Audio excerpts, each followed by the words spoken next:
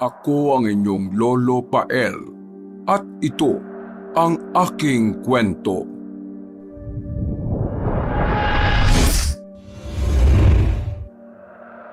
Uy!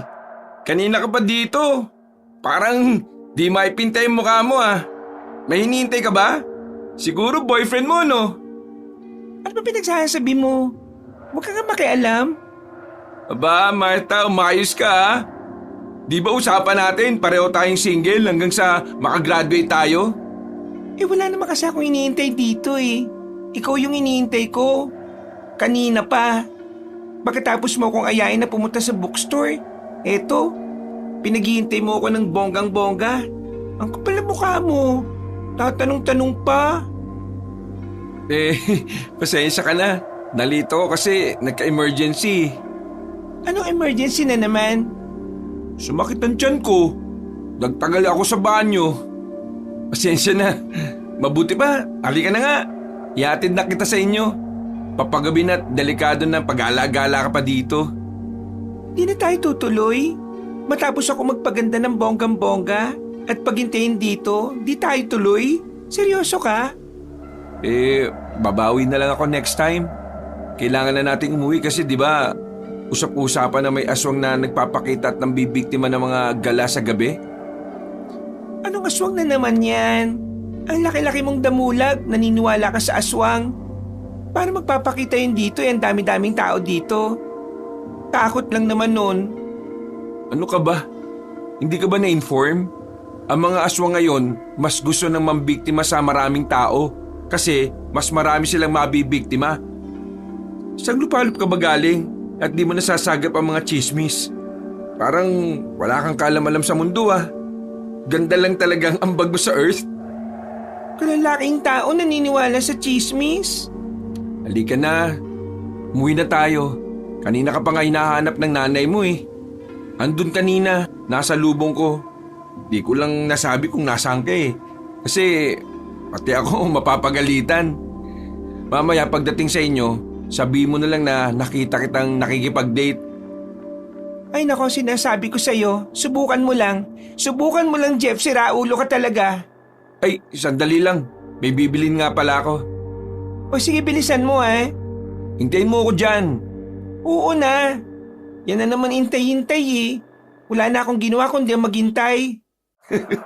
Teka, ano yung nilalaro mo sa kamay mo? Patingin naman yan oh. Anong nilalaro? Wala naman ah. Meron. Ayan oh, tinatago mo. Ano ba kasi yan? Wala kang pakialam kung ayaw ko ipakita sa'yo. Grabe naman yan, napakadamot. Sanay na ang dalawa sa ganoong klase ng badagulan. Matagal na rin kasi buhat na nagsimula ang kanilang pagkakaibigan. Makababata sila at tanging si Jeff lang ang naging kaibigan niya sa baryo nila. Pareho kasi sila ng hilig. Si Jeff ay 20 taong gulang samantalang si Martha ay 19. Pareho silang nag-aaral sa isang universidad bilang mga scholar. Kahit na di sila parehas ng course, palagi pa rin silang nagkikita. Naghihintay sila sa kanilang paglabas at sabay na umuwi sa kanilang baryo. Hindi na ba talaga tayo tutuloy? O sige, para di naman masayang niyang paghihintay mo, tuloy na tayo. Pero sa isang kondisyon, ipakita mo sa akin kung ano yung hawak mo. Bakit ba kasi napaka-big deal sa'yo to? Bakit ba kasi ayaw mo rin ipakita? Ay nako, siguro drugs yan no? Nagbabato ka ba? Hoy, manahimik ka nga dyan. Mamaya niyan may makarinig sa'yo, ma-issue pa ako at maalis ang scholarship ko. Pasaway ka talaga. Yang kulit mo naman kasi. Patingin na. Lilibre na nga kita ng paborito mong shawarma eh. Talaga? O tingnan mo to, ang bilis ng makarinig ng pagkain. At ay gutom. Oh, eto na.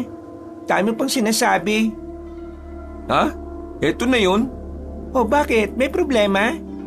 Nagbabato ka nga. Anong gagawin mo dito sa itim na bato? Pambabato ko sana sa'yo yan kung nahuli-huli ka pa ng dating. Akin na nga yan. Pambira kasi, pakialamero. Tara na nga, pumunta na tayo sa mall. Yung libre mo huwag mong kalimutan. Naknang, nadali mo ako dun ah. Yan ang napapalaan ng mga tsismoso at intrigero.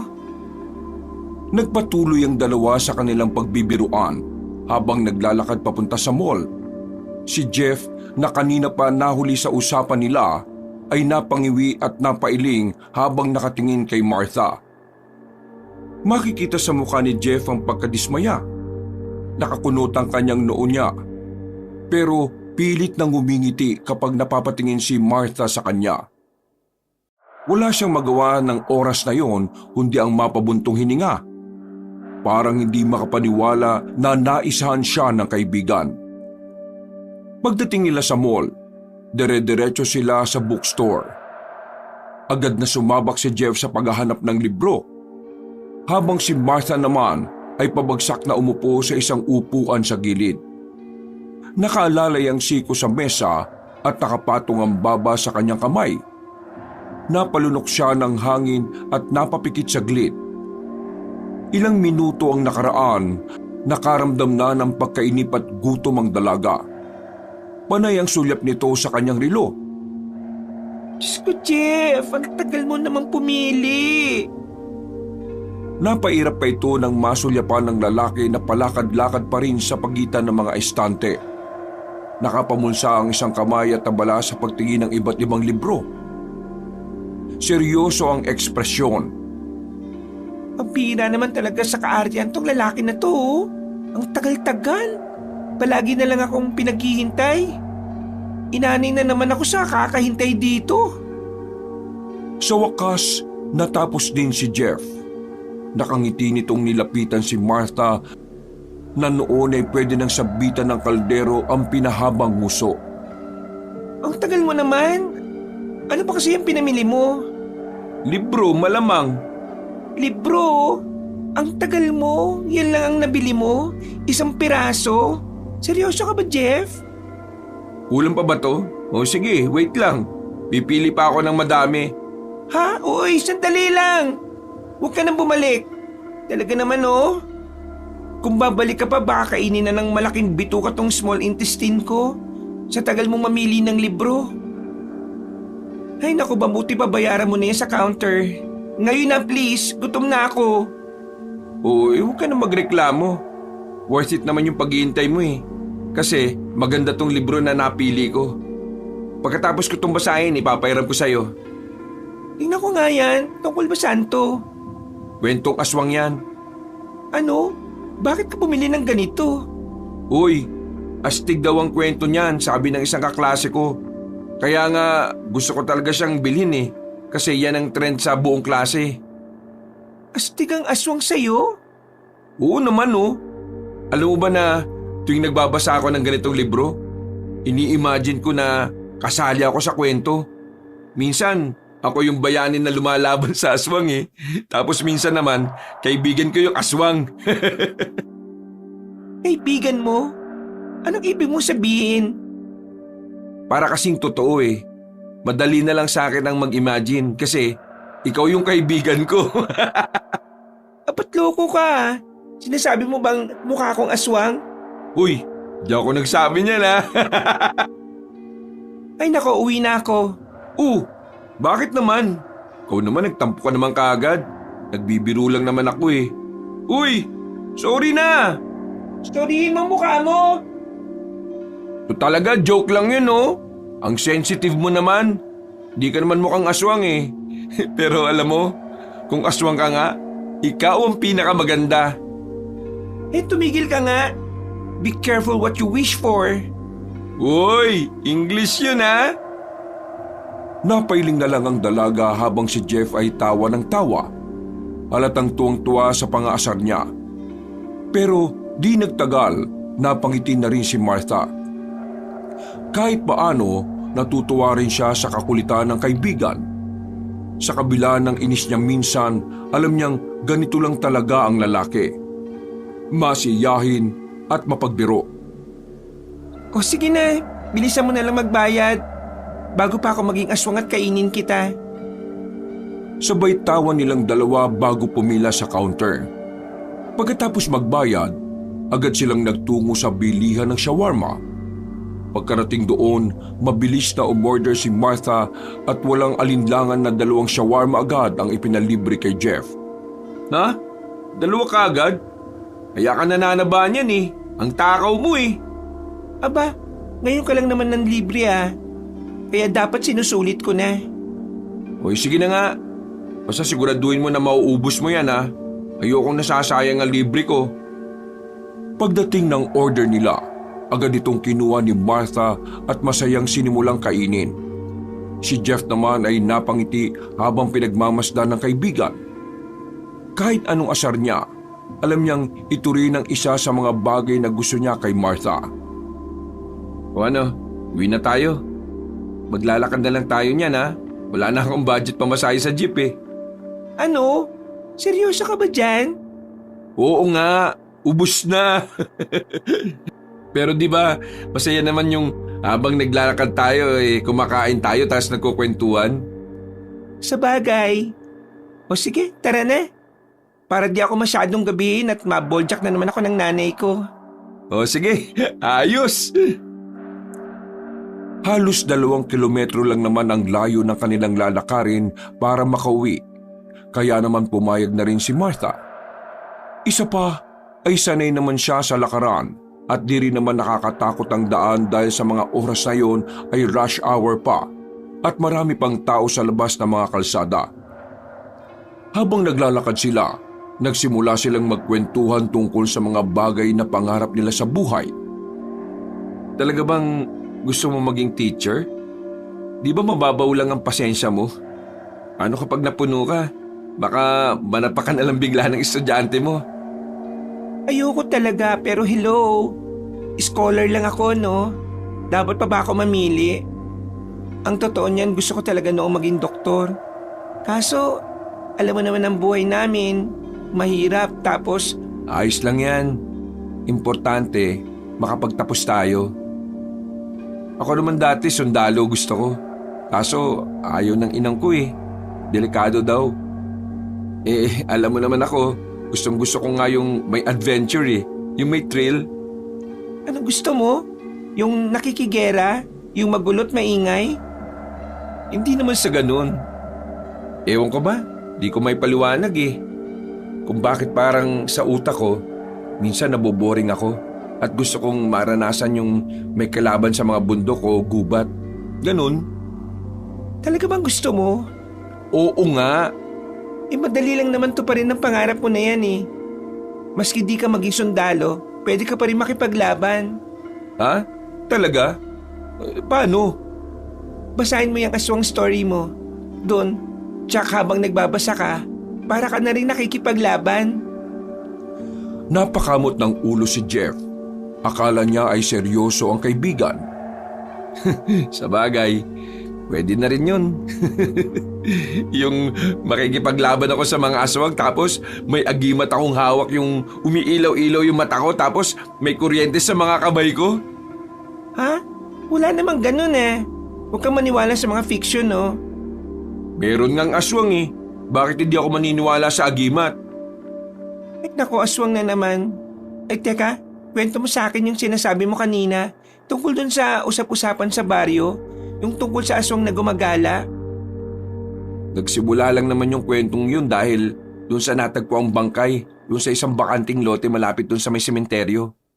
Babae yun ha. Yung bangkay niya halos nagkagutay-gutay tapos wala nang laman loob. May nangyayari ba talagang ganyan? Kawawa naman yung babae. Meron nga. Palibhasa, di ka kasi lumalabas ng bahay niyo eh. Kaya palagi kang nahuhuli sa balita. Alam mo naman di ba, na taong bahay lang naman talaga ako. Di naman ako mahilig sa mga ganyan-ganyan eh. Kaya nga mag-iingat ka palagi. Huwag kang gala ng gala lalo na sa gabi. Kasi di naman natin alam ang disgrasya kung kailan darating eh.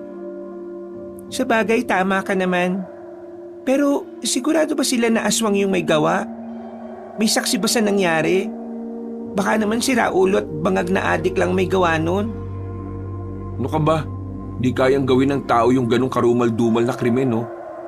Saka isa pa, aanin naman ng adik ang laman loob ng tao.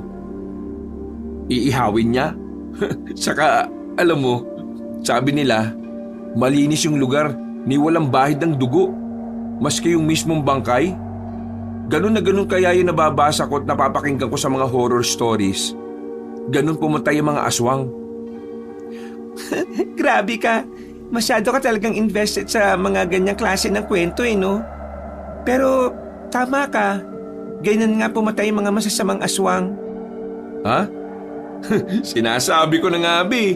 Kunwari ka bang di mahilig sa mga horror books pero umaayon ka naman sa sinasabi ko. Ha? Oo. Minsan may nabasa kasi ako. Kaya nga tinigilan ko na eh. Kasi minsan, yung mga nababasa ko, malayo naman sa katotohanan. Ay, siya nga pala. Malapit ang bakasyon ha. May plano ka bang magbakasyon? Oo. Uwi kasi sila nanay sa probinsya kaya sasama ako. Pwede ba akong sumama? Hoy, anong pinagsasabi mo dyan? Hindi nga, seryoso ako. Gusto kong sumama para naman maka-experience ng probinsya vibes. Wala naman akong gagawin ngayong bakasyon eh. Ay nako, maiinip ka lang doon. Hindi totoo yan. Kasi ikaw ngang numero unong mainipin, lagi kang nasasabi ko umuwi dun eh. Tatanungin ko si nanay kung gusto niya, kung pwede. Sige tanungin mo Pero pwede namang ako na magtanong. Di naman ako nung tatanggihan eh. Ilang sandali pa, nasa tapat na sila ng bahay ni na Martha. Bumagal ang lakad nilang dalawa habang papalapit sa lumang bahay na gawa sa kahoy at may bubong na yero. May maliit na bakuran nito na napapalibutan ng iba't ibang halaman. May gumamela sa isang tabi at ilang paso ng orchids na halatang alagang-alaga. Sa isang sulok, may nakasabit na duyan. Bahagyang gumagalaw dahil sa mahina ngunit preskong hangin ng gabi. Sa loob ng bahay, maririnig ang mahinang tunog ng telebisyon. May amoy ng nilulutong ulam na sumalubong sa kanila. Bango naman ang ulam nyo. Pwede bang makikain? Bakit? Kumakain ka ba ng adobong tao? Ha? Anong adobong tao? Wala, biro lang. Sus, akala ko naman kung ano na. Pero seryoso, ano bang ulam nyo? Mukhang masarap Adobo nga pero manok, hindi tao. Napailing si Jeff habang tumatawa si Martha. Pabiro siyang tumingin sa kaibigan at kunwari umatras ng isang hakbang. Uy, huwag ka nga makiagaw at siguradong kulang pa sa amin yung niluluto ni nanay no. Mabuti pa umuwi ka na rin. Baka mamaya ikaw makain ng aswang dyan. Ito talaga damot nito. Sige na, uwi na ako. Salamat sa paghatid Saka sa masarap na shawarma. Ingat ka. Chat mo ako pag nakauwi ka na Kinabukasan, nagising si Martha nang biglang may kumatok sa kanilang bahay. Hinayaan lang niya ito ng una dahil iniisip niya na pagbubuksan na ito ng kanyang ina. Ngunit hindi huminto ang pagkatok. Agad siyang bumangon at lumapit sa pinto. Pagbukas niya ay bumungad sa kanya ang isang matandang babae na may gusot-gusot na damit at maruming muka. Matalim ito kung tumitig maski wala naman siyang ginagawang masama. Maya-maya ay bigla nitong sinabi na alam nito ang kanyang sikreto. Hindi man niya tahasang sabihin kung anong tinutukoy niya, malinaw ang kanyang ipinapahiwatig. May alam siya tungkol sa tunay na pagkatao ni Martha. Tahimik lang ang dalaga at di pinatulan na matanda. Nagbanta ang matanda sa kanya. Isang babala na maibubunyag din daw ang totoo. Parang baliw ang matanda.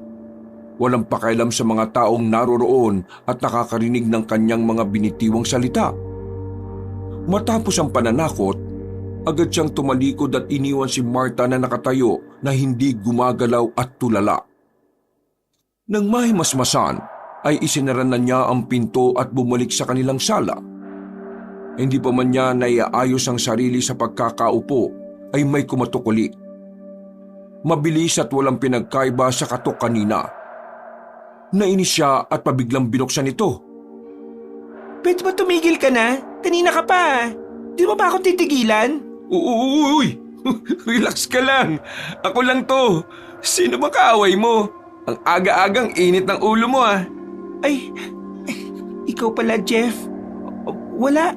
May isang matandang baliw lang ang nangungulit sa akin kanina at kung ano-anong pinagsasabi. Matandang babae? Ano yung suot? Nakaitim ba? Tapos magulo yung buhok? Ha? Yun nga. Bakit alam mo?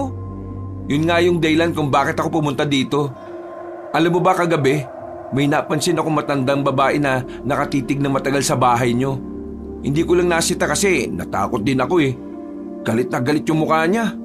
Tapos, para siyang may binubulong-bulong. Hindi nga ako nakatulog kagabi kasi palagi kong iniisip kung ayos lang ba kayo. Masama kasi talaga yung kutob ko sa matandang yun. Baliw lang yun na naligaw dito. Mabuti nga umalis na eh. Basta, mag-iingat kayo ha. Di naman natin alam kung anong sadya nun sa inyo eh. Yun lang ba sadya mo dito? Oo, yun lang. Ay, saka nga pala. Magpapaalam na ako sa nanay mo kung pwede ako sumama sa inyo. Wala siya dito. Bumalik ka na lang. Baka na malengke. O sige. Babalik ako ha. Makalipas ang halos 2 linggo, bakasyon na nila sa eskwelahan. Nag-iimpake na ng kanyang gamit sina Martha. Maagang maaga pa ay nasa bahay na nila si Jake. Pumayag kasi ang nanay ng dalaga na sumama nga ito sa kanilang pagbabakasyon. Hindi naman nahirapan ang binata na magpaalam dahil matagal na itong kaibigan ng kanilang anak at pinagkakatiwalaan nito ng pamilya. Masaya ang binata dahil sa wakas ay mararanasan na nito ang buhay sa probinsya. Laki kasi siyang tagalungsod at dahil wala na siyang magulang at sa kamag-anak na lang din nakikitira, ay wala naman siyang alam na probinsyang uuwian. Sumakay sila ng bus sa terminal pauwi ng Bicol. Habang nasa biyahe at palayo na sila sa lungsod, agad na naramdaman ng binata ang kaibahan ng hangin. Mas presko, mas sariwa. Excited siya sa posibilidad na makakita ng malawak na taniman ng palay, ilog, bukid, bundok at iba pa. Sabik din siyang makatikim ng mga pagkaing wala sa lungsod. Habang tumatakbo ang sasakyan, unti-unting nagbago ang tanawin mula sa matataas na gusali at abalang lansangan patungo sa malalawak na bukirin at matatayog na puno. Sa loob ng bus, may ilang pasaherong natutulog.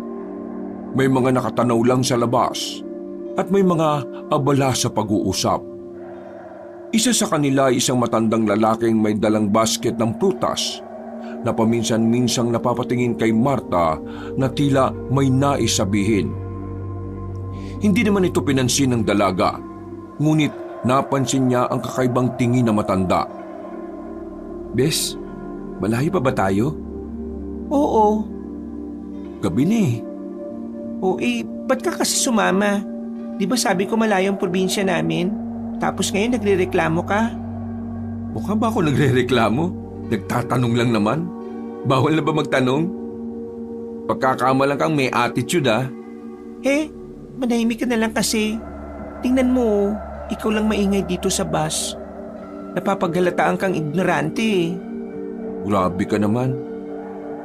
Pero may napapansin kasi ako kanina pa eh. Ano yun? Yung matandang lalaki. Kanina pa nakatingin sa'yo. Ang creepy. Ay naku, wag mo na pag-aksayan ng oras yung matanda. Hayaan mo na siya. Baka ngayon lang nakakita na maganda.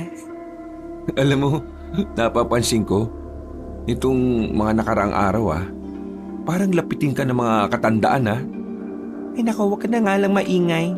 Wala naman silang ginagawang masama eh. Makalipas ang ilang oras, narating na rin nila ang terminal sa probinsya. Pagbaba ng bus, agad nilang kinuha ang kanilang mga gamit at lumakad papunta naman sa hintayan ng tricycle. Agad silang lumapit sa nakapilang sasakyan at sinabi ang kanilang destinasyon. Tumango ang driver na magkasundo sila sa bayad.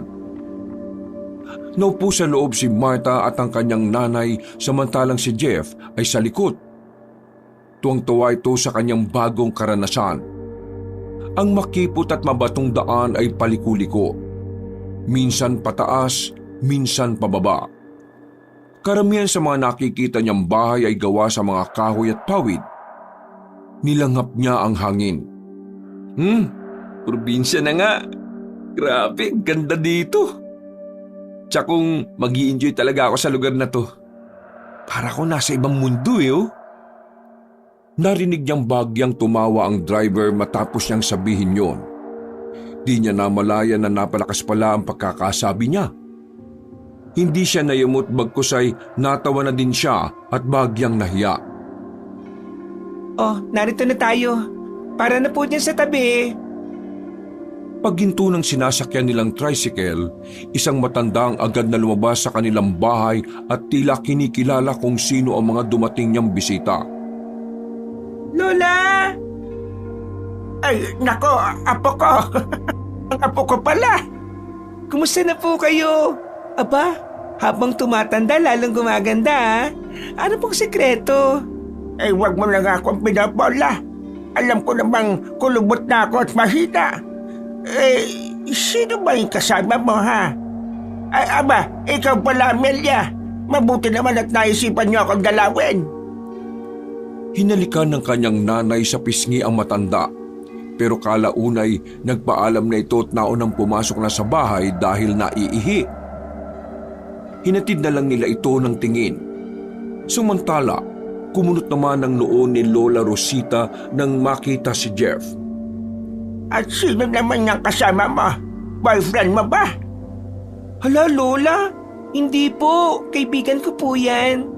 Gusto raw maranasan kung paano ang buhay dito sa probinsya. Magandang gabi po. Kumusta po kayo? Mabuti naman at nagkaroon ka ng kaibigan doon. Aba, gwapo ang batang ito, ah. Ay nako, hindi naman po. Slight lang. Oy, halina kayo. Tara na dun sa loob. Mabuti na lang pala at naparami ang luto ko ngayon. May kakainin kayo galing sa biyahe. Anong ulam, La? Ay nako, huwag ka muna maghanap ng ulam at hindi pa ako nakakapangaso. Saka na lang ha. Sa ngayon gulay lang ang nandyan. Nangangaso ho kayo? Di ba yun yung nanguhuli ng hayop sa gubat? Kaya niyo pa po ba? Aba, hindi porket matanda na ako at ugod-ugod hindi ko nakakayanin. Isang lipad lang yan, may mahuhuli na ako. Po? Naku, Lola, wag mo naman takutin yung kasama ko. Baka mamaya maniwala sa sinasabi nyo. Ikaw naman kasi, tanong ka ng tanong eh. Kanina ko pa sinasabing manahimik ka na lang dyan. Yan tuloy, pinagtitripan ka ni Lola. Akala ko naman kung ano eh. Kaya pala. Anong kaya pala? Kaya pala ganun ang ugali mo. May pinagmanahan ka. Tabi na, wag na kayong maingay masyado. Tara na dun sa loob at baka kung anong magambala pa kayo dito. Ay, siya nga naman. O ano, tara na. Pagpasok nila sa loob ng bahay ay agad silang pinagkainan ng kanyang lola. Nang matapos ay itinuro sa kanila ang silid kung saan sila matutulog. May hiwalay na tulugan si Jeff, samantalang magkasama naman sa kwarto si Martha at ang kanyang ina. Ang matanda ay may sariling silid din. Bagamat luma na ang bahay ay may kalakihan ito. Gawa ito sa mga matibay na materyales, mga kahoy na kamagong at nara. Para itong sinaunang bahay, mga bahay ng mayayamang tao noong panahon ng mga mananakop sa bansa. Kinagabihan, agad na nakatulog si Jeff.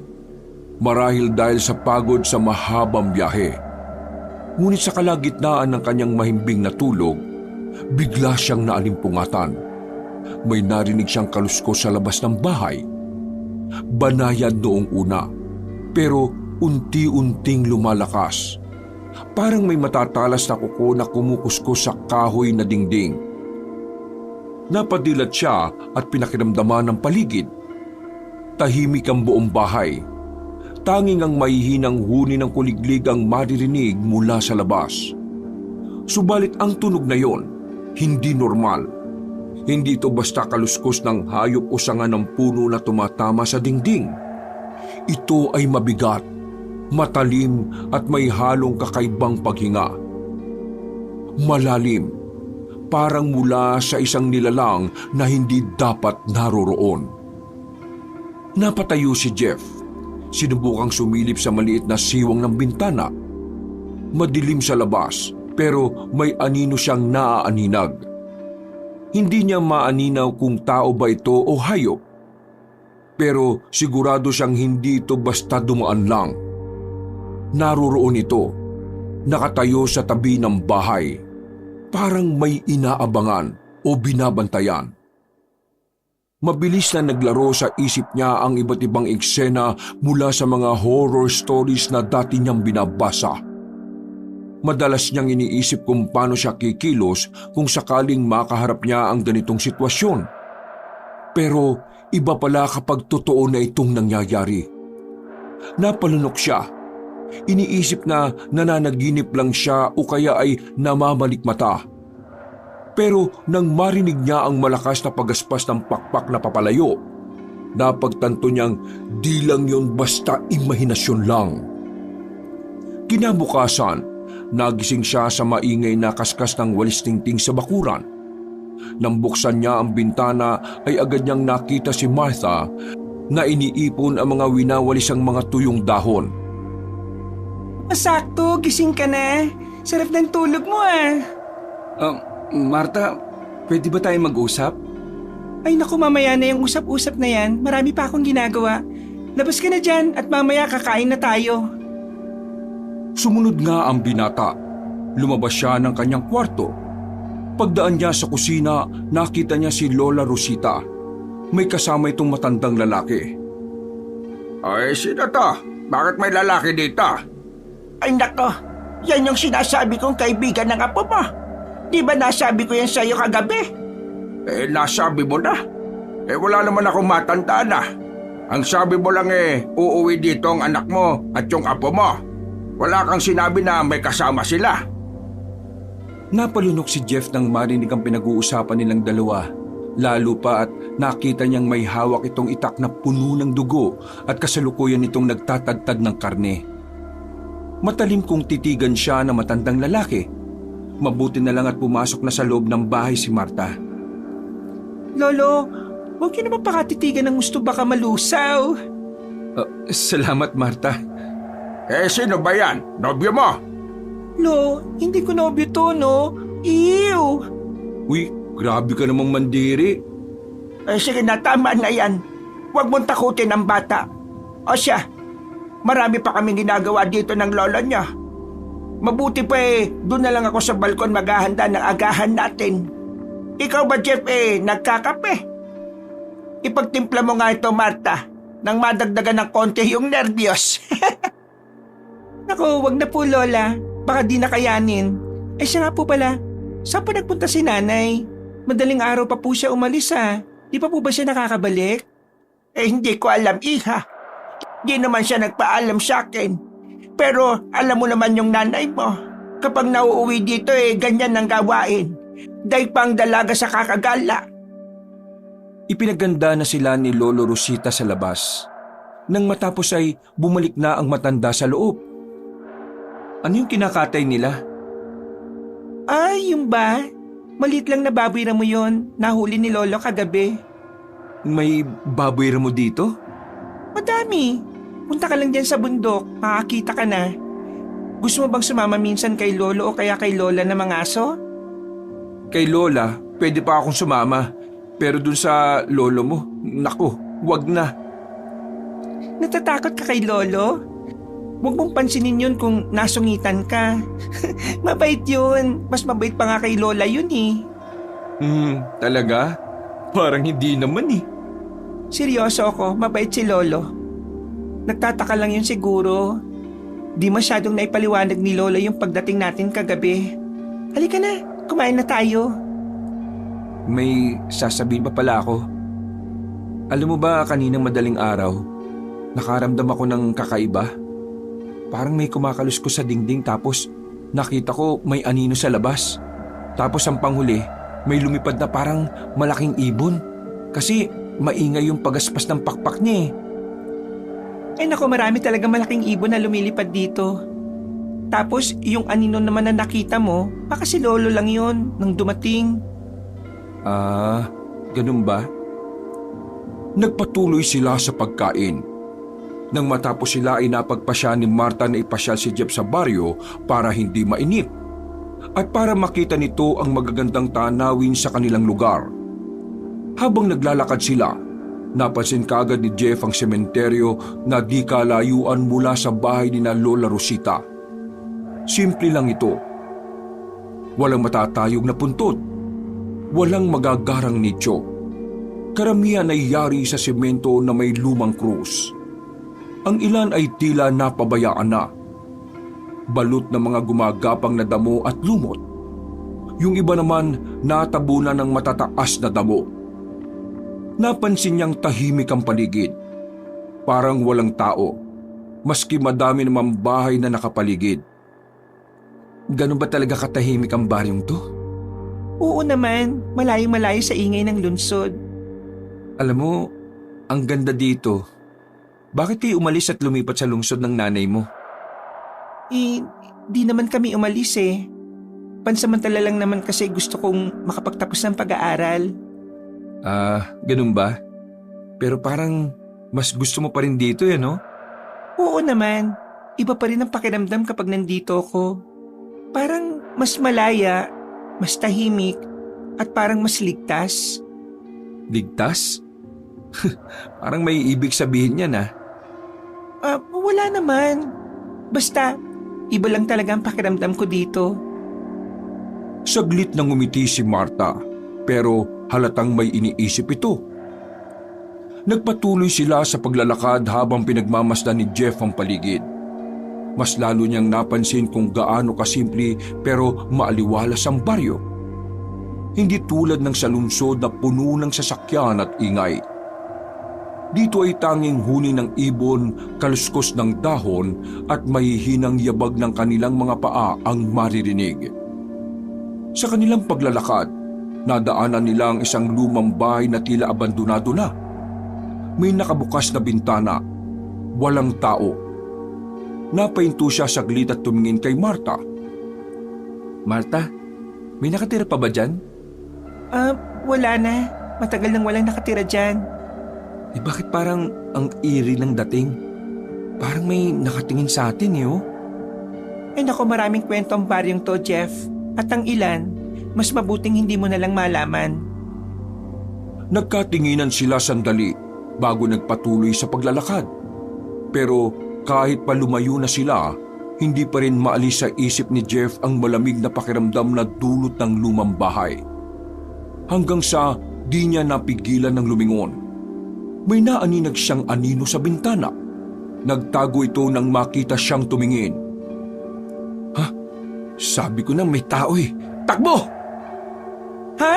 Anong sinasabi mo? Bago pa man matapos ni Marta ang sasabihin niya, hinili na siya ni Jeff at mabilis silang tumakbo palayo sa lumang bahay. Ramdam ni Jeff ang bilis ng tibok ng kanyang puso habang panay ang lingon niya sa likuran. Pilit inaaninag kung may sumusunod sa kanila. Jeff, ano ba? Sino ba nakita mo? Hindi ko alam, pero sigurado kong may aninong gumalaw sa loob ng bahay. Parang may nakatingin sa atin kanina.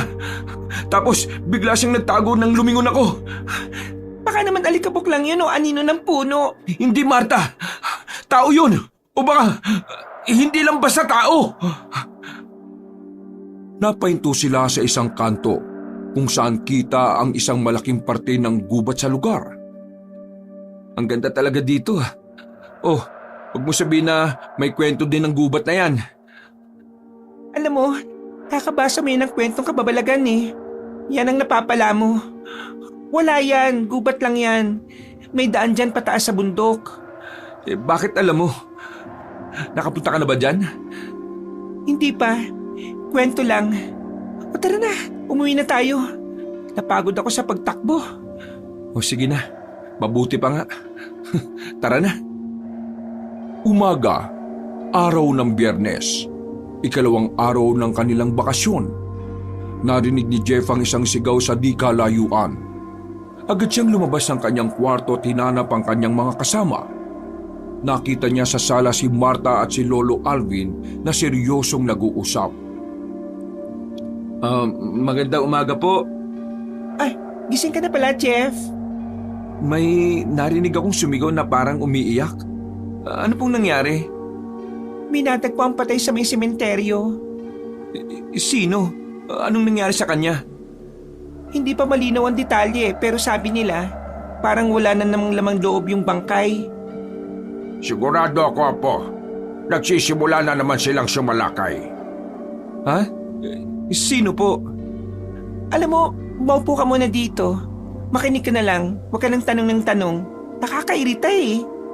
Ang init naman ng ulo mo, ang aga-aga. Eh paano hindi ako maiinis? Visit kasi yung mga yun eh. Ayaw manahimik. Gusto palaging gulo. Nakakainis na. Minsan na nga lang ako umuwi dito, ganyan pa yung ginagawa sa mga tao. Hindi natin maiiwasan yan, Apo.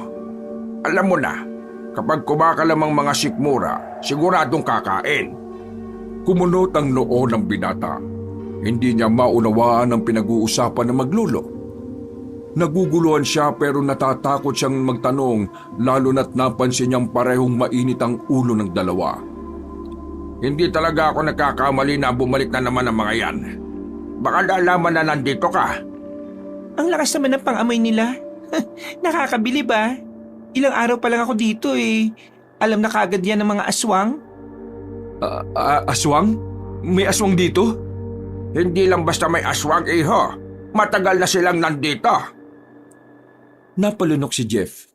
Hindi siya sigurado kung nagbibiro lang si Lolo Alvin o seryoso ito.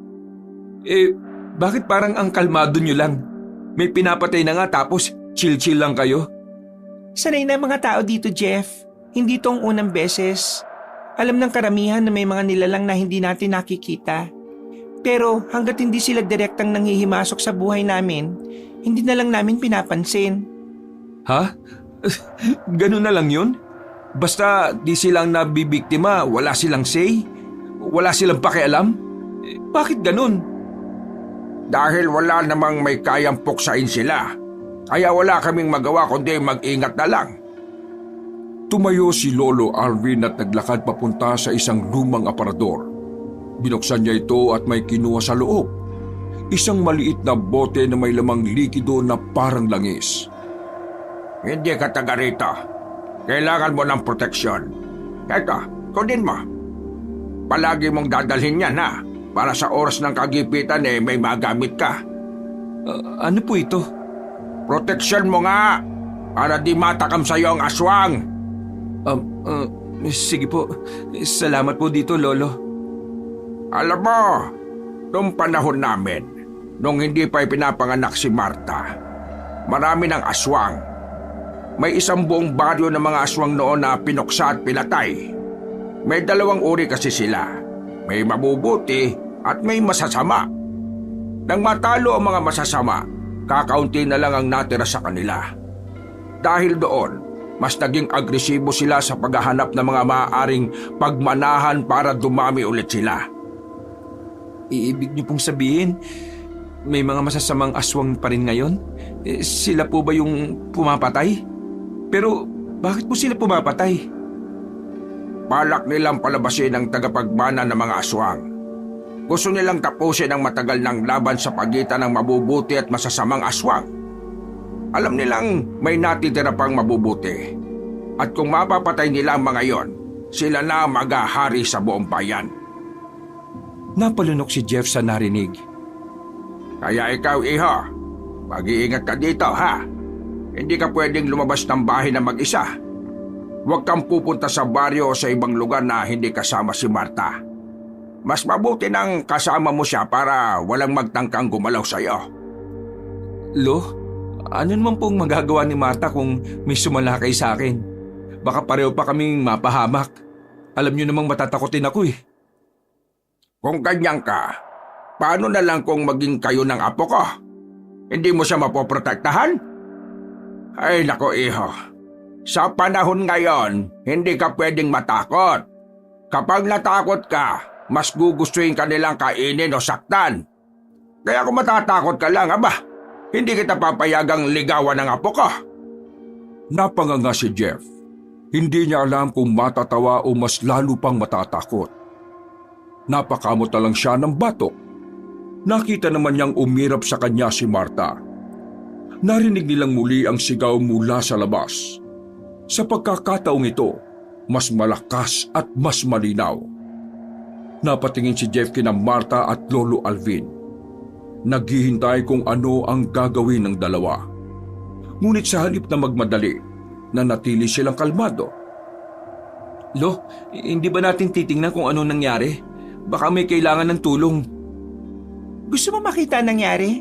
Sige, halika. Tingnan natin. Sumama ka sa akin. Nag-aalangan si Jeff, ngunit ayaw niyang ipakitang duwag siya. Kaya't kahit na nanginginig ang mga kamay, tumango siya at sumunod kay Marta palabas ng bahay. Pagdating nila sa sementeryo, tumambad sa kanila ang kumpulan ng mga tao. May ilang nakatakip ng bibig. Ang iba naman ay umiiyak. Nakita ni Jeff ang bangkay. Isang lalaking halos hindi na makilala. Nangingintab ang balat nito sa dugo.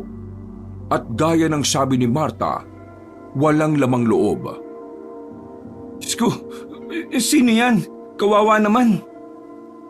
Parang si Mang Isko yan. Isang magsasaka dito sa amin nakatira sa dulo ng baryo.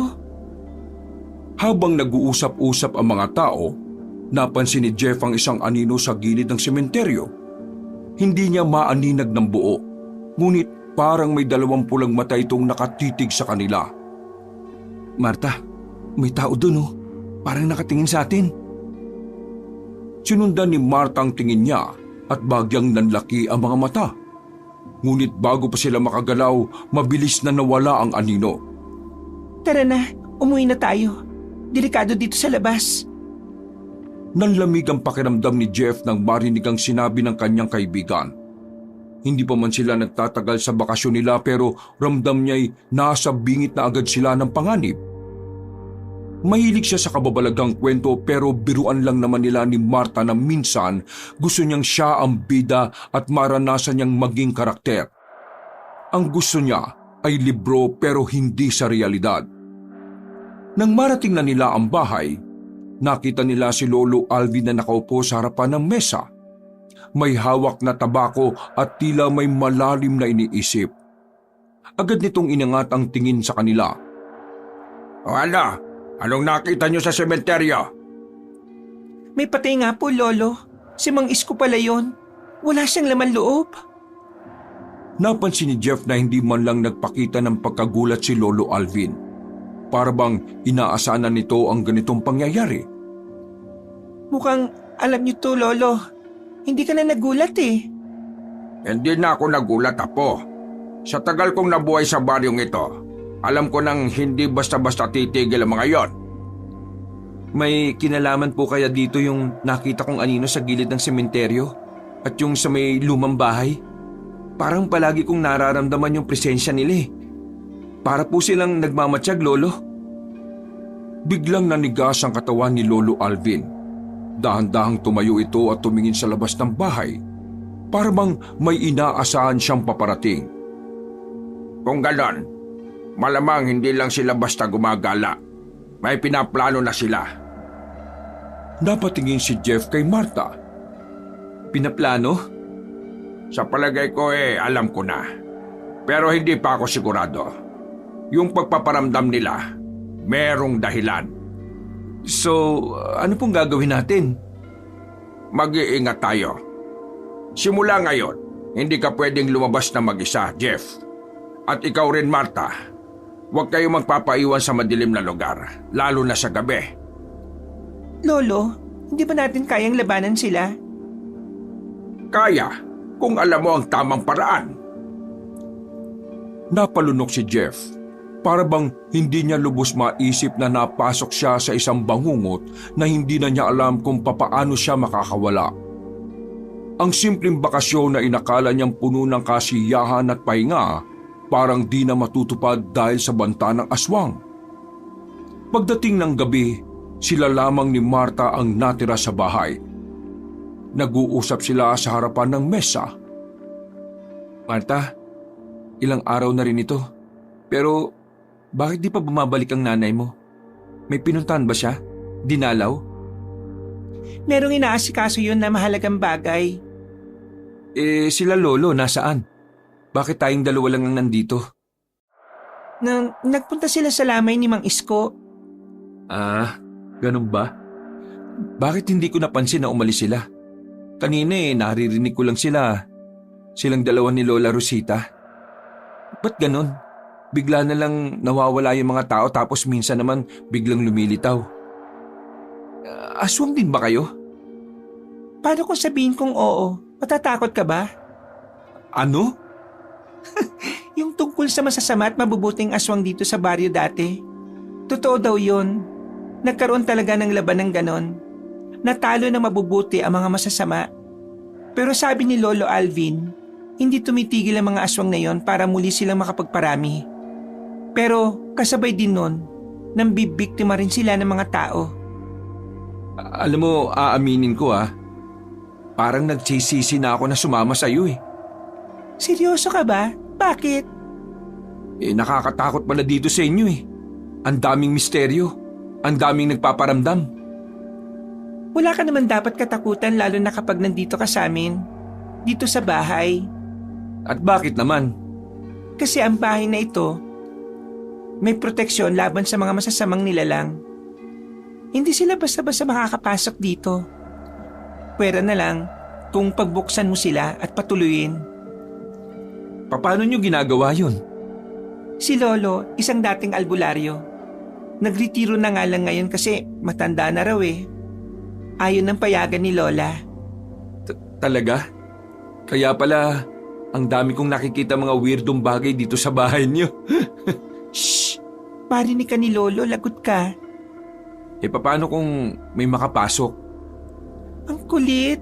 Hindi nga sila basta-basta makakapasok dito. Pero ano? Pero kung magkamali tayo, kung may isang mali lang tayong nagawa, baka hindi na natin abutin ng umaga. Biglang may kumalubog sa labas ng bahay. Napapitlag si Jeff. Ha? Ano yun? Huwag kang gagalaw. Pareho silang natigilan. Nakikiramdam sa paligid. Isa pang kalabog. Parang may kumaluskos sa labas.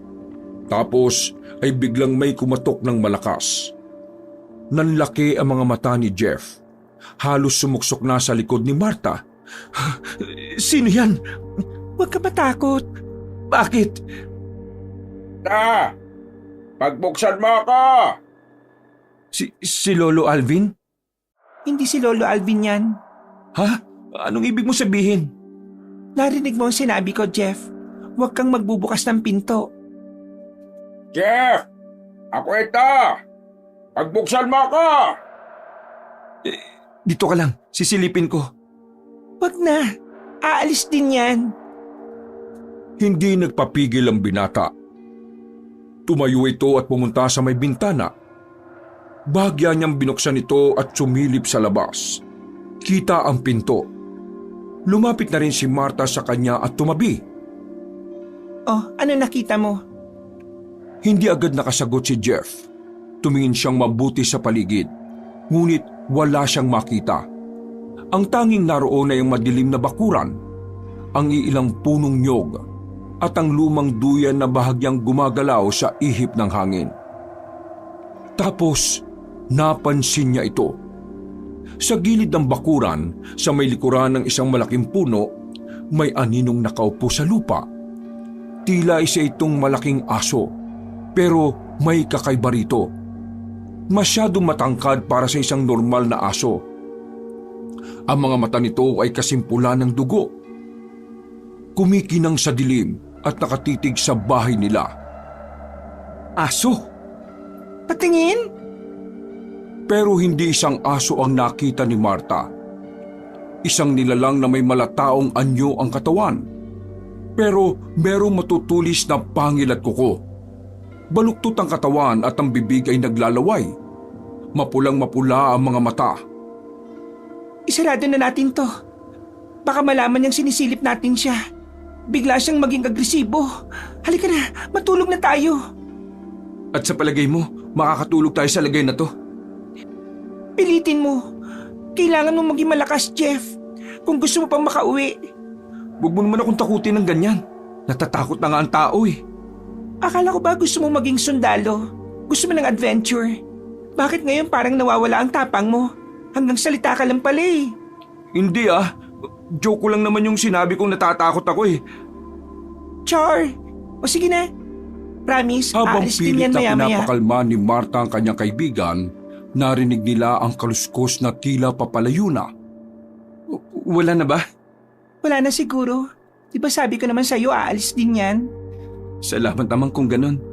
O tara na, matulog na tayo. Kailangan natin magpahinga. Kahit na siguro tumango si Jeff, wala na rin naman silang magagawa sa gabing yon. Ngunit bago pa sila makapasok sa kwarto, isang napakalakas na sigaw ang pumailan lang sa hangin. Nanlamig ang katawan ni Jeff. Si Marta naman ay mabilis na napalingon sa bintana. Ano yun?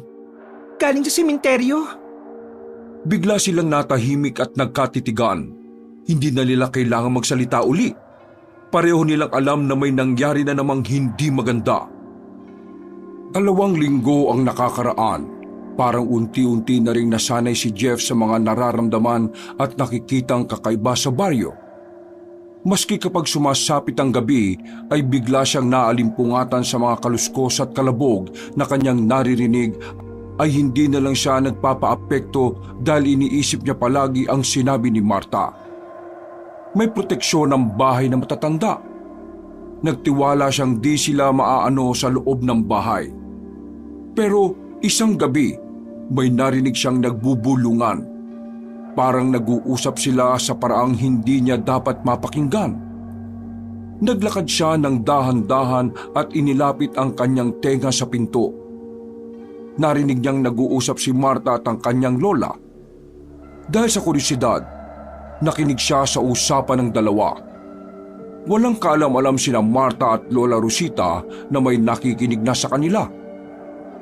Akala ko ba'y nakausap na ng nanay mo mga walang hiyang yon? Bakit di pa rin sila tumitikil? Ano ba talaga kailangan nila? Ang sabi ni nanay, ako daw po ang kailangan nila. Ikaw? Bakit ka naman nila hahanapin? Ano kailangan nila sa'yo? Hindi naman po literal na ako yung hinahanap nila, Lola. May iniingatan akong bagay na gusto nilang makuha noon pa. Hindi po ba nasabi sa inyo ni nanay yun? Teka, wala akong maalala, iha. Nasa akin ang itim na bato. Ang mutya ng mga aswang, Lola. Ang bagay na matagal na nilang hinahanap noon pa. Diyos ko, paanong napunta sa'yo yon? Bakit nasa'yo? Naalala niyo po nung nagkaroon ng labanan dito noong bago kami lumuwas ng lungsod? Yung engkwentro kung saan namatay si tatay? Lola, bago siya namatay, nakuha niya yung mutya na nagbibigay ng kapangyarihan at lakas sa mga masasamang aswang. Nako po, hindi maganda ito. Kaya nga po, Lola, hindi nila pwedeng mabawi ito. Manganganib tayong lahat. Ang mga tao, madadami sila sa away natin. May alam na kaya sila na nasa iyo yan? Hindi ho ako sigurado pero palagi pong may nakamanman dito. Mabuti na lang at malakas ang proteksyon na inilagay dito ni Lolo. Hindi sila agad makasugod. Tama ka. Hindi nila pwedeng makuha ang bagay na yon. Mabilis silang nakakapagparami kapag napasa kamay nila ito. Ingatan mo yan. Kami na ang bahala sa kanila. Magtutulungan kami ng lolo mo para tuluyan na silang maubos. Para matigil na ang kasamaan nila. Mabuti pa'y umuwi na kayo bukas. Isama mo na si Jeff. Hindi siya dapat nandito. May ipit siya sa muling pagsiklab ng gera. Pero Lola, hindi ako pwedeng umalis dito. Malapit na po ang kabilugan ng buwan. Kung aalis ako, sinong gagabay sa akin? Sino maglilinis ng aking dugo? Ay, oo nga ano. Bakit ko ba nakakalimutan ng ganyan kaimportanteng bagay? Takang-taka si Jeff sa kung ano ang pinag-uusapan ng maglola. Pero alam niya na sa sarili niyang merong itinatago ang kaibigan niya at ang pamilya nito. Pero kahit na ganoon, handa siyang tanggapin kung ano man ito dahil simula pa lang ay mabait na ito sa kanya. Dahan-dahan siyang bumalik sa kanyang kama at nahiga. Pero bigla siyang nagulat nang makitang biglang bumukas ang pinto ng kanyang kwarto. Gising ka pa?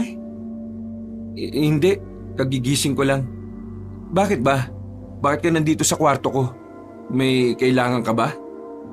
Uy, hindi maganda ang gising. Ang sungit ah. Ikaw naman kasi ugali mo ng gugulat eh. May kapangyarihan ka ba ng teleport? Ewan ko sa'yo. Tinitingnan ko lang kung ayos ka eh. Concern na nga lang masusungitan pa. Che! May inuwing merienda sila Lola. Aayain lang naman sana kitang kumain eh. Hating gabi na. Yano naman. Eh di ba uso naman ang midnight snack? Bakit ba hindi ka makapaniwala na uso rin yun dito? Anong bang merienda? Pritong atay. Tara, kain tayo. Ayoko. Mas gusto ko na lang matulog, no? Talaga ba? Masarap yon, promise. Baka gusto mong tikman. Ayoko nga eh. Okay. Pero kung nagutom ka punta ka lang doon. Ay, siya nga pala. Nitong mga nagdaang araw, may napansin ako sa'yo. Bakit parang ilag ka na sa akin? May nagawa ba akong hindi mo nagustuhan? Napansin ko rin lang na parang galit ka palagi. Kung sinasabi mo. Di naman ah. Ang totoo nga niyan eh, nasasanay na rin ako paunti-unti eh. Siya nga pala, kailan ba tayo babalik sa lungsod? Malapit na. Konting araw na lang, Jeff. Pagkatapos ng kaarawan ko, uuwi na tayo. Ha? Birthday mo? Di ba kailan ka lang nag-celebrate ng birthday mo? Ano yun? 2 beses ka sa isang taon ni pinanganak? Hindi naman. Pero 2 beses talaga ako nagsi-celebrate ng birthday ko. Yung isang kaarawan ko talaga. Tapos, yun naman kung kailan ako nasali sa grupo ng... Grupo ng... Mali, hindi grupo. Binyag ko pala. Yun ang paghahandaan ko sa mga darating na araw. Ay nako, ang weird ha. Alam mo, pag nagsisinungaling ka, tingin ko sa'yo, lalo kang gumaganda eh. Huwag ka palagi magsisinungaling ha, kasi baka ma-in love ako sa'yo. Uy, ano yun? Seryoso ko. Kung ayaw mo magkagusto ako sa'yo, itigil mo na yung pagbubulid mo ng mga kwento. Ay nako, maiwan na nga kita kung ano-ano mga sinasabi mo. Umalis si Marta. Naiwan ng lalaki ng nakatulala. Hindi siya makapaniwala na magagawa niyang sabihin yon kay Marta. Alam niyang matagal nang maganda ang babae, pero habang lumilipas ang mga araw, habang nasa probinsya sila sa paningin niya, tila lalong kumikinang ang ganda nito. Sinubukan niyang ipikit ang kanyang mga mata, pero bigla uli siyang napamulat ng kanyang mga mata nang marinig ang malakas na mura ni Lola Rosita. Galit na galit ito. Bumangon siya at dahil sa narinig, alam niyang tila may kinakausap sa labas ang maglola. Agad siyang lumapit sa bintana at sinilip kung ano ang nangyayari. Ganun na lang ang kanyang gulat nang makitang napakaraming aswang sa bakuran. Narinig niya ang boses ni Marta. Umuwi na kayo. Wala dito hinahanap nyo. Wala kayong mapapala dito. Napakuyom ng kamao ang isang aswang. Sinusubukan nitong lumapit sa pinto pero hindi nito magawa. Wala kang magagawa kung ano man ang gusto namin. Mas mataas pa rin kami sa'yo. Isa ka lang hamak na aswang at walang kapangyarihan na pumatay ng kapwa mo mga aswang. Mas malakas pa rin kami sa'yo. Biglang bumukas ang pinto at nakita niyang lumabas si Marta. Ang tanga-tanga talaga ng babaeng to. Bakit siya lumabas? Pagkakita sa kanya ng mga aswang, naging agresibo ang mga ito sa kanya. Nagsimula silang sumugod at tangkang saktan si Marta. Muntik nang mapasigaw si Jeff. Pero sa unang pagsugod nila, nabigo na sila kaagad. Nagulat sila na tila ba bigla na lang may kung anong kakaibang nangyari kay Marta, na naging dahilan kung bakit karamihan sa mga aswang ay biglang nanghina. Nasa kanya mo dyan ng Reyna! Nanlaki ang mga mata ni Jeff. Nalilito siya sa mga nakikita at naririnig. Nag-alala siya sa maaaring mangyari lalo pat di pa dumarating ang matandang lalaki. Naisip niyang wala silang laban kung sakali. Pero may kakaibang lakas na ipinapakita si Marta. Kahit sa kanyang paningin ay ordinaryong tao lang naman ang mga ito. Isa ka lang mababang uri ng aswang! Ibalik mo sa amin ang mutya! Ibalik mo ang mutya ng aming reyna! Doon na naging malinaw sa kanya ang lahat. Wala ni kahit na anong isang tao ang naroroon bukod sa kanya. Umalis na kayo dito. Kung di kayo aalis, mapipilitan akong ubusin kayong lahat. Walang nagawa ang mga aswang kundi ang lumayo. Alam nilang di nagbibiro ang dalaga sa sinabi nito. Alam nila ang kakayahan ng mutya. Pero bago sila umalis, pinagbantaan nila ito na gagawin nila ang lahat para mabawi ang kanilang mutya. Umalis ng silid si Jeff at kaagad na kinastigo ang kanyang kaibigan. Kailan mo sasabihin ng totoo sa akin, ha? Narinig mo ba? Natural! Hindi naman ako bulag at mas lalong hindi naman ako bingi. Mapayapang naupo ang dalaga sa may gilid ng lamesa. Tinitigan niya si Jeff. Nakita niyang seryoso ito na parang hinihintay ang kanyang sasabihin. Wala ka ba talagang balak na mag-sorry? Ano ba akala mo sa akin? Hindi nakakaintindi? Totoo pala lahat ng biro mo sa akin na isa kang aswang. Kaya mo ba ako dinala dito? Para maging biktima ninyo? Kakainin niyo ba ako? Hindi ka namin kakainin. Sino nagsabi sa'yo niyan? Saka, ano nga aminin ko? Hindi naman ako aswang. Hindi pa. Hindi pa? Oo. Pero magiging aswang pa lang. Bakit bigla kang napasimangot? Ang totoo niyan, ayaw niyang maging aswang. Pero wala siyang magagawa kasi yon ang nakatadhana sa kanya.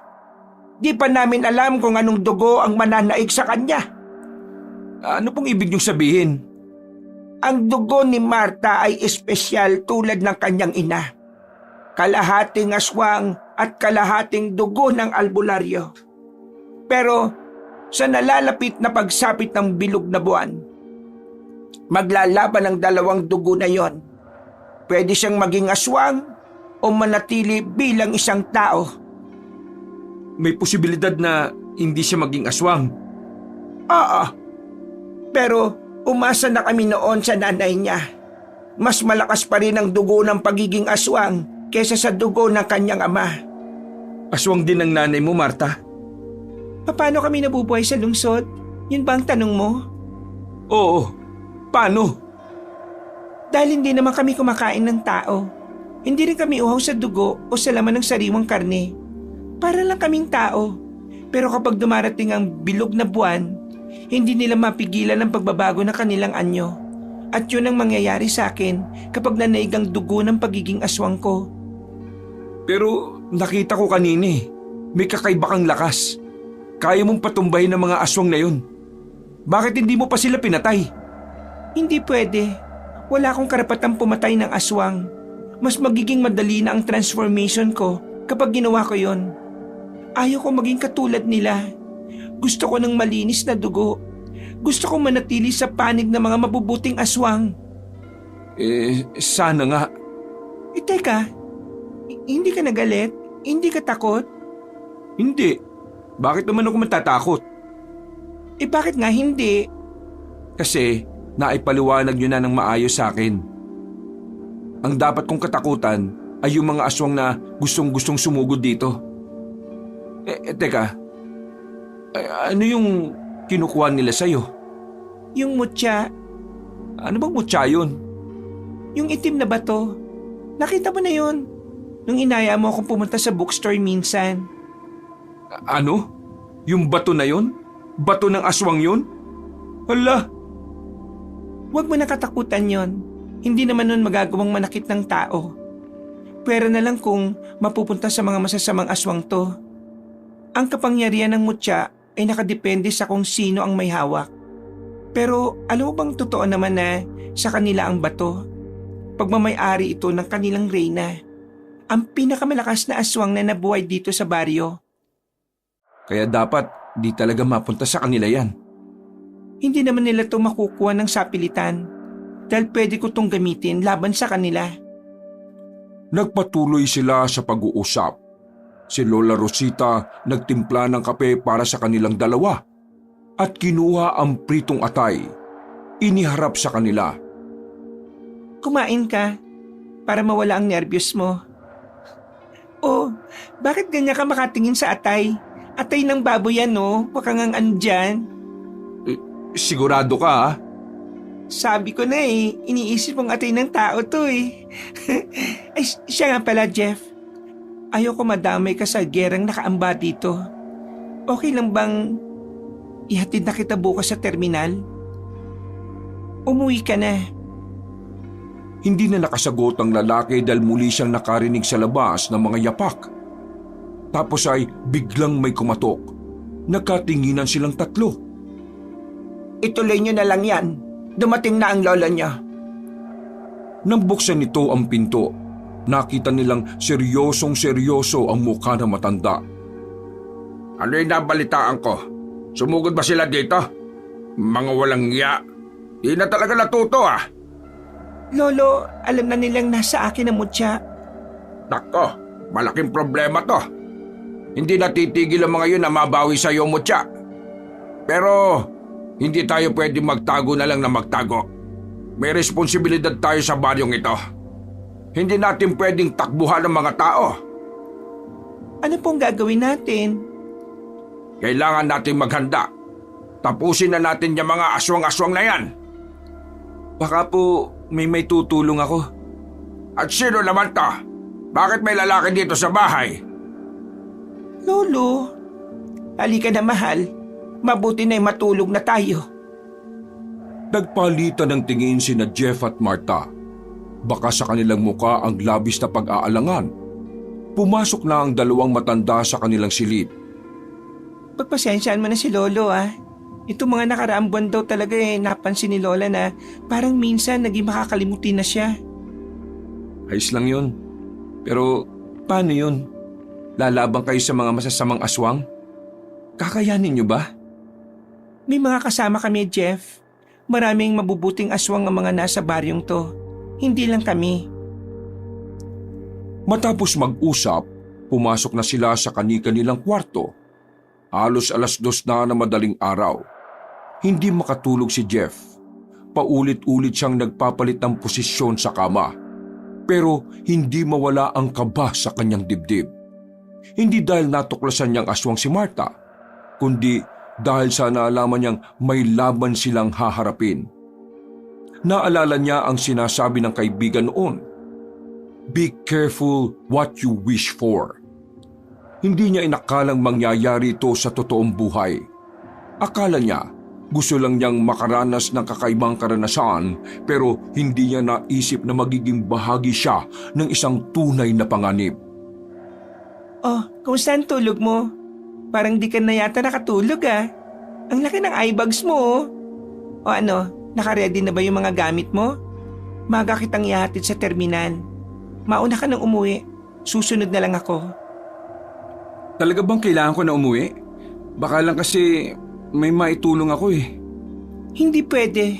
Ayaw kita madamay sa gulong to, Jeff. Hindi ko kaya na masaktan ka. Bakit? Concern ka pala sa akin? Malamang, kaibigan kita eh. Saka ako nagdala sa'yo rito. Kailangan buo kang makabalik sa lungsod. Yung mga pangarap mo, kailangan mong tuparin. Teka sandali lang ah. Bakit para ka namang namamaalam na sa akin? Hindi pwede yan. Uuwi ako kung ipapangako mong makakasunod ka rin kaagad sa akin. Tulad mo, hindi ko rin kaya masaktan ka. Kasi, mahal kita. Mahal?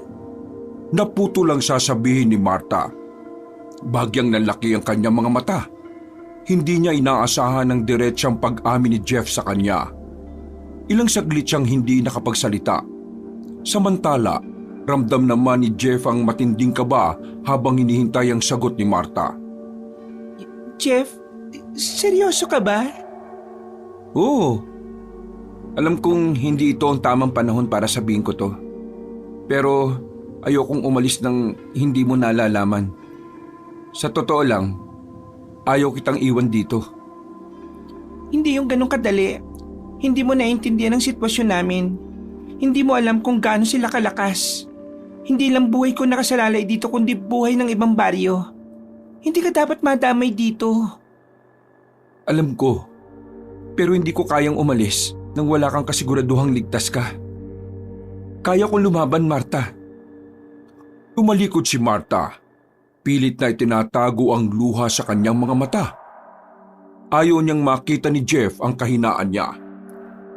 Hindi siya sanay na may nag-aalala para sa kanya sa ganitong paraan. Sa buong buhay niya, siya lagi ang nagpapakatatag para sa iba. Hindi mo kailangan gawin to. Mas mabuting bumalik ka na lang sa lungsod. Sa buhay na wala kang iniisip na panganib. Paano kung mas piliin kong manatili rito? Paano kung mas gusto kong lumaban kasama ka? Di pwede. At di na magbabago ang desisyon kong yon. Sige, kung yan ang gusto mo. Tahimik na inayos ni Jeff ang kanyang mga gamit. Nagpaalam na rin siya sa mga matatanda at tulad ni Marta, sang-ayon din ng mga ito na umuwi na ang binata upang di madamay sa gulo. Habang nasa loob ng tricycle ang dalawa, ay hindi sila nag-uusap. Walang umiimik at walang nagsasalita. Hanggang sa makarating sila sa terminal ng bus. Doon pa lang siya kinausap ng babae. Mag-iingat ka sa biyahe. Huwag mo na akong alalahanin. Salamat, Marta. Pero sana ikaw din. Mag-iingat ka. Hihintayin kita, ha? Wala nang ibang nasabi pa si Marta. Tumalikod ito at mabilis na lumakad palayo. Nakatitig lang si Jeff hanggang sa tuluyang nitong maglaho sa kanyang paningin. Nang umandar ang bus, naramdaman niyang may mali. Parang kinakabahan siya na matindi. Pakiramdam niya ay tila may masamang mangyayari. Hindi nagtagal, humara siya at bumaba agad ng bus. Mabilis siyang naglakad pabalik at sumakay ng tricycle. Nagpahatid siya sa baryo ni na Marta. Pero isang hindi inaasahang pangyayari ang naganap. Ang tricycle driver, ibang direksyon ang dinaanan. Uy, teka, saan niyo ko dadalhin? Pero hindi sumagot ang driver. Bagkus ay ngumisi lang ito at nagpatuloy sa kanyang pagmamaneho. Nang makarating sila sa bukana ng gubat, doon sila huminto. Agad na nagsilabasa ng mga kasamahan nito. Pinalibutan siya at agad siyang binihag. Teka, anong gagawin niyo sa akin? Saan niyo kasi ako dadalhin? Bitiwan niyo ako! Mabilis ang sumunod na pangyayari. Nakahulag po si Jeff mula sa pagkakahawak ng lalaki at agad na tumakbo. Ngunit nadapa siya sa damuhan. Ramdam ang sakit sa kanyang tuhod. Nakaramdam siya ng biglang pagkahilo. Dugo ang unti-unting umagos mula sa kanyang bato. May isang lalaki sa likod niya na siyang pumalo sa kanya ng kahoy. Tuluyan ang nagdilim ang kanyang paningin. Pagmulagat ng mga mata ni Jeff, agad niyang naramdaman ang matinding kirot sa kanyang ulo. Pilit niyang inaalala ang nangyari bago siya nawala ng malay. Nasa loob siya ng tricycle. Pilit na tinatanong ang driver. Pagkatapos ay bigla na lang siyang napaligiran ng mga hindi kilalang tao. Mga aswang. Unti-unting nagliwanag ang kanyang paningin at napansin niyang nakatali ang kanyang mga kamay sa isang puno. Nang lumingon siya sa paligid, doon niya nakita ang isang babae na nakagapos ding gaya niya. Walang malay, marungis at halatang hinang-hina. Siya ang ina ni Marta. Nagpumiglas siya. Sinubukang paluwagin ng mga lubid pero masyadong maigpit ang pagkakatali. Maya-maya, may narinig siyang mga yabag. Papalapit sa kanya ang isang lalaking may matalim na titig. Nagising ka na rin sa wakas. Anong gusto niyo sa amin? Hindi ikaw ang mahalaga dito, kundi yung babae at yung mutya. Ngumiti ang lalaking aswang. lumapit at tinawakan ng baba ni Jeff. Pilit siyang pinatingin sa kanya. Ang mutya ay dapat na nasa kamay ng mga totoong nagmamay-ari nito. Hindi niyo makukuha yun. Lalaban si Marta. Lalaban kami. Lalaban? Anong laban niyo sa amin? Hindi mo ba naiintindihan, bata? Wala kang kapangyarihan. Isa kang walang silbing tao sa labanang ito. Humulakhak ang matandang aswang. Muling lumapit ang matanda sa ina ni Marta at tinawakan ito sa buhok. Pero sigurado akong papayag si Marta sa gusto namin. Kung buhay ng ina niya at buhay mo ang nakataya. Mga ayop kayo! Pakulan niyo ako dito! Mga duwag! Hindi na sumagot ang lalaking aswang. Bagkus ay tumawa lang ito ng tumawa hanggang sa nawala na ito sa paningin niya. Sumapit ang gabi at sa kabilugan ng buwan, nagsimula ng gumalaw ang kampo ng mga mabubuting aswang. Tahimik silang pumasok sa loob ng kagubatan. Ngunit nang makarating sila sa kuta ng kanilang mga kalaban, natigilan si Marta. Napalitan ng matinding takot at galit ang kanyang tapang nang makita niya si Jeff at ang kanyang ina.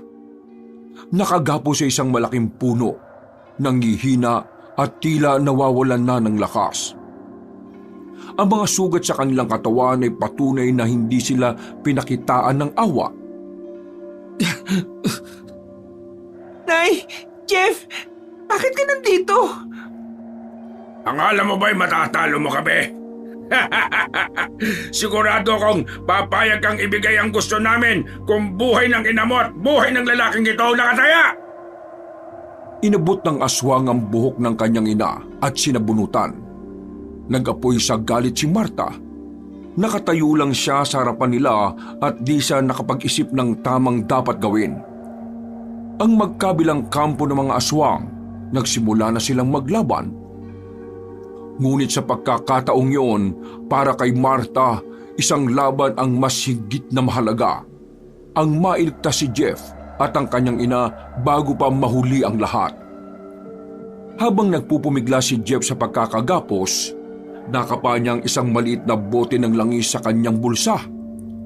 Ang langis na ibinigay sa kanya ni Lolo Alvin. Naalala niya ang sinabi ng matanda na sa oras ng kagipitan magagamit niya ito na proteksyon laban sa mga aswang. Kahit hirap ay sinikap niyang mabuksan ito at mabuhusan ng kanyang mga palad. Biglang umatras ang ilang aswang na malapit sa kanya. Ano yan? Anong ginagawa mo? Hindi makalapit sa kanya ang mga aswang para silang di makahinga kapag nalalanghap ang amoy ng langis. Agad sinamantala ng binata ang pagkakataon upang muling subukang kalagi ng tali at nagtagumpay siya. Marta! Nakatakas ako! Napalingon si Marta at agad na gumalaw. Sinunggaban ng lalaking aswang na may hawak pa rin sa kanyang ina. Sinipa niya ito ng malakas, dahilan upang mabitawan ng matanda.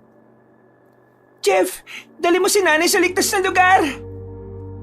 Agad na inalalayan ni Jeff ang ina ni Marta at sinimulang tumakbo palayo. Ngunit hindi pa sila nakakalayo nang biglang humarang sa kanilang isang aswang na may mahaba at matutulis na kuko.